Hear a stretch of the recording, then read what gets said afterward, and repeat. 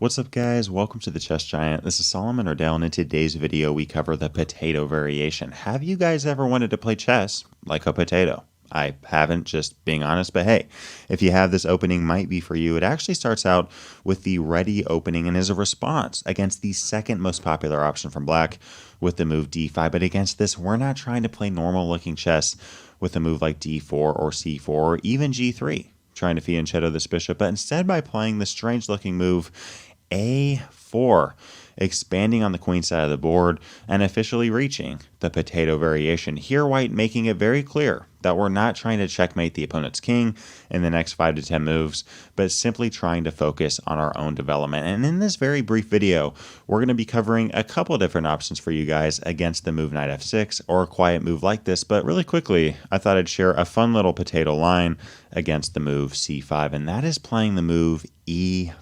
By the way, guys, against this, you can play quiet chess with b3 and bishop b2 in Larsen opening type fashion, and that's what I'm going to recommend against a move like knight f6. But against this move c5, we do have that fun potato line with e4, expanding in the center, putting pressure on that d-pawn.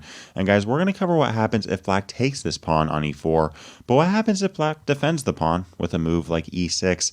Well, now this pawn on a4 actually comes in handy, as we can play bishop b5 with check. And now the very next move, if bishop d7 is played, we don't need to worry about this bishop hanging, right? It's currently defended. We don't need to play a move like bishop takes d7 or defend the bishop, but instead just play a move like taking the pawn on d5 and then simply castling kingside. And if black plays a move like bishop takes b5, we now have this idea of rook e1 with check and then taking this bishop back. And now we see that black capturing our bishop on b5 was simply a mistake, because this development for the knight on b8 is very awkward. It cannot go to a square like a6 or c6. And notice here, if a move like knight f6, we're now going to play queen e2, wasting no time forming a battery ram on this bishop on e7.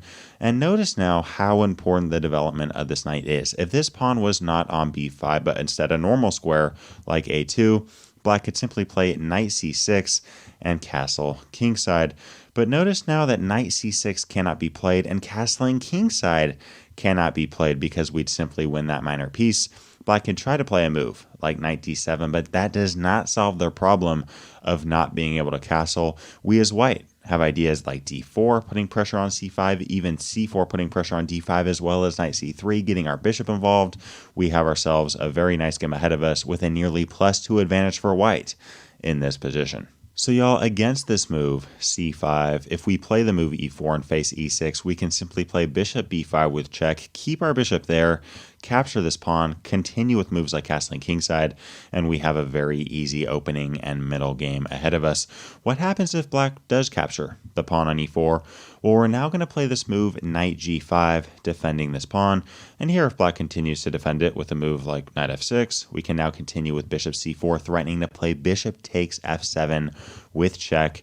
Here, black's only option is really to play e6. Notice how we did not waste time in playing this move bishop c4. We played knight g5 and bishop c4 immediately, because we want to force black to play this move and have for themselves a tall pawn with this light squared bishop. And here against this, we can continue now with knight c3, double attacking the pawn on e4. If a move like queen d4 from black, we can simply play queen e2. We're going to take this pawn on e4, continue by castling kingside, and we have ourselves a solid game of chess ahead of us. So guys, I thought I'd just cover that really fun little potato line against the move c5, in which case we can play e4. Black has already loosened up their position a little bit, and they haven't played a move that would double attack that square on e4. But what happens if black does play a move like knight f6? Now, obviously, e4 does not have the same power as it did, because the knight also attacks that square. And here I'm personally going to recommend playing the move b3. This is kind of a Larsen opening type position. I mean, if black plays the move a5, which by the way has been played twice at the master and grandmaster level, we can now play bishop b2. And now we have a Larsen opening, but with a pawn on a4. A solid position with this knight on f3, really trying to control the dark squares. And this position has actually been reached twice at the master and grandmaster level, white winning both of them. One of them continued with this move, c6. And against this, we have a couple of different options. We could simply play a move like e3 and bishop e2, followed by castling kingside. This is a very easy way to play. We can fianchetto the bishop with g3 and bishop g2, or even play this move d3, which is what we saw in the game. Black continued here with the move bishop g4, in which case white plays knight e5. I'm not convinced that in this position this is necessarily the right move, because black could have played bishop h5, maintaining the pin on the pawn on e2, and development for white is a little bit awkward, but even then, white is completely okay. This is a key idea against bishop g4, activating this knight in the center, and honestly just threatening to take it and go up the bishop pair. So here black continued with bishop f5, and now white continued with knight d2. And here from black we saw the move e6, and now from white g3, bishop g2, castling kingside, just naturally developing the pieces. And against knight d7, putting a little bit of pressure on this knight, we see knight f3, putting even more reinforcement for the centralized knight. And now against the move knight takes e5, we see white capture back with the knight. And following h6, white is in no rush here. We see the move e3 followed by queen e2, white playing very solidly in this position. And finally, against the move knight d7, attacking again this knight on e5, we finally see the grandmaster level player continuing with f4, expanding on the king side of the board. Now it almost seems like a bird's opening type of position, supported by this fianchettoed bishop on b2. White has a very nice game here. Black continues with the move f6. I honestly think that black should have just took the knight, because now white is able to play knight f3, maintaining the pieces on the board, continuing now with the move e4.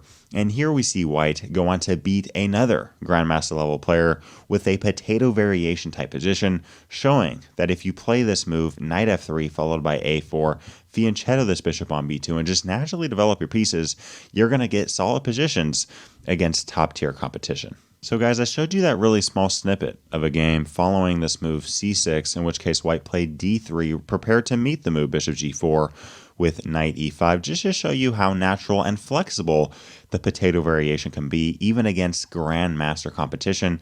But there's a ton of other ways to play. I mean, following this move bishop f5, yet again, I mean, we can play moves like e3, bishop e2, and simply castle kingside. This is the most easy way to play. And on top of that, especially against a move like bishop f5, I personally kind of like this move knight h4, attacking the bishop. Knight h4 is a key idea even before black plays the move e6, because notice here, if black wants to hang on to the bishop here, they're going to have to play a move like bishop d7 or bishop c8. I mean, at bishop e4, we simply play d3. If bishop g6, we can take this bishop whenever we want. And if a move like bishop g4, okay, we play h3, g4, and bishop g2, and we have a very fun game of chess ahead of us. So guys, there's a ton of different things that we can do in a position like this, but one of the main options is actually just going into a King's Indian attack type system by playing the move g3, bishop g2, and simply castling kingside, followed by playing the move d3. Notice how there really wasn't much that black could do from stopping these moves. And now against a move like h6, we can play knight bd2, continue by centralizing our knight on that key e5 square. Notice how this knight is already protected by our bishop on b2, and now against a move like knight d7, we can now continue in King's Indian attack type fashion with e4 expanding in the center, attacking that light squared bishop, and then continuing with moves like knight takes d7, and following knight takes, we now have options like queen e2, f4, h3, king h2, just expanding on the king side. We already have a very active bishop on b2. We're just playing chess, and white really has nothing to worry about here. Really just guaranteeing ourselves solid and good playable middle game positions with the potato variation. If you'd like to learn how to play the Larsen's opening, which includes a ton of chess opening strategy that is very similar to the potato variation, click that video to the left. If you'd like to learn how to play the cabbage opening, another vegetable name opening, click that video to the right.